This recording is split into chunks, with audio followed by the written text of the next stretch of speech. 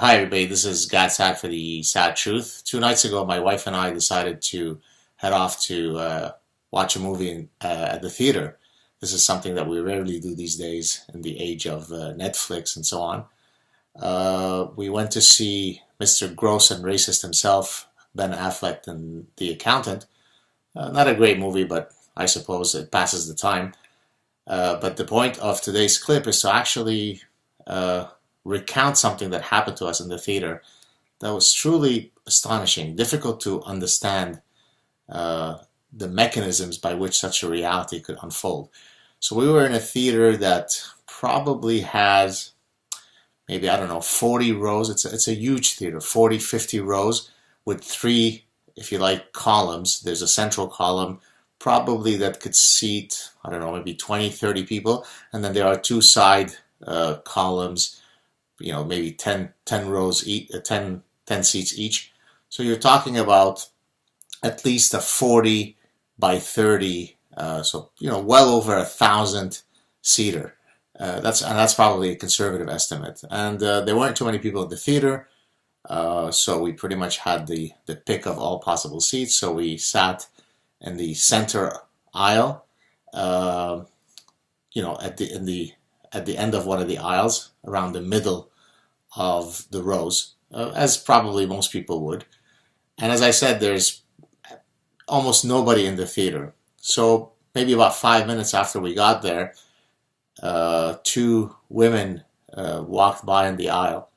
And again, remember, this is a theater that seats at least 1,000 people, and there's probably at that point no more than 10 people in the theater. And they sit immediately in the two seats in front of us. Now, this is such an insane move that you would think that it is from candid camera, right? I mean, it is impossible to imagine two people who are so miscalibrated about the reality, the physical reality around them, and any social etiquette violation, that they would be oblivious to the fact that there is a 1,000 seat theater, excuse me, that is rather fully vacant, and they decide to sit immediately in front of us. Now, I had put my coat on the seat in front of me, and so when they decided to sit there, I actually had to move my coat. So I moved it one seat over from where they were sitting. Then they decided that where they were sitting was not right. They wanted to scoot one seat over to the left, and so I moved my coat a second time for them. Again, let me reiterate, this is in a theater that can seat 1,000 people, that at that point has about 10 people in it.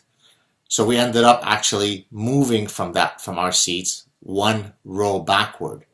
And so the question is, what is it that could make someone so oblivious to other people's, I mean, I don't want to say rights, I mean, physical space, common decency. You know, I mean, you're a social animal. You should come endowed with a minimal level of innate understanding of social dynamics. They were probably both in their 50s, maybe their 60s. They didn't seem to be drunk. They didn't seem to be lobotomized. They didn't seem to be blind, that they could not see the realities in the theater in terms of the physical realities.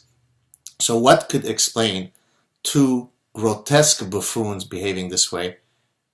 I'm not sure I can explain it, other than to think that they're utterly oblivious, and frankly, they're probably people who don't score very highly on whatever psychometric scale that measures how considerate you are. So there you have it. If you have any ideas as to why these two grotesque monsters might have done this, let's hear it in the comments. Wishing you all a very, very happy new year, a safe new year. Hopefully the upcoming year will be better, be it in terms of the amount of violence and hatred and craziness that there is in the world. Alas, I don't think that will happen, but we can hope for it. So wishing you all a good year. Talk to you soon. Ciao.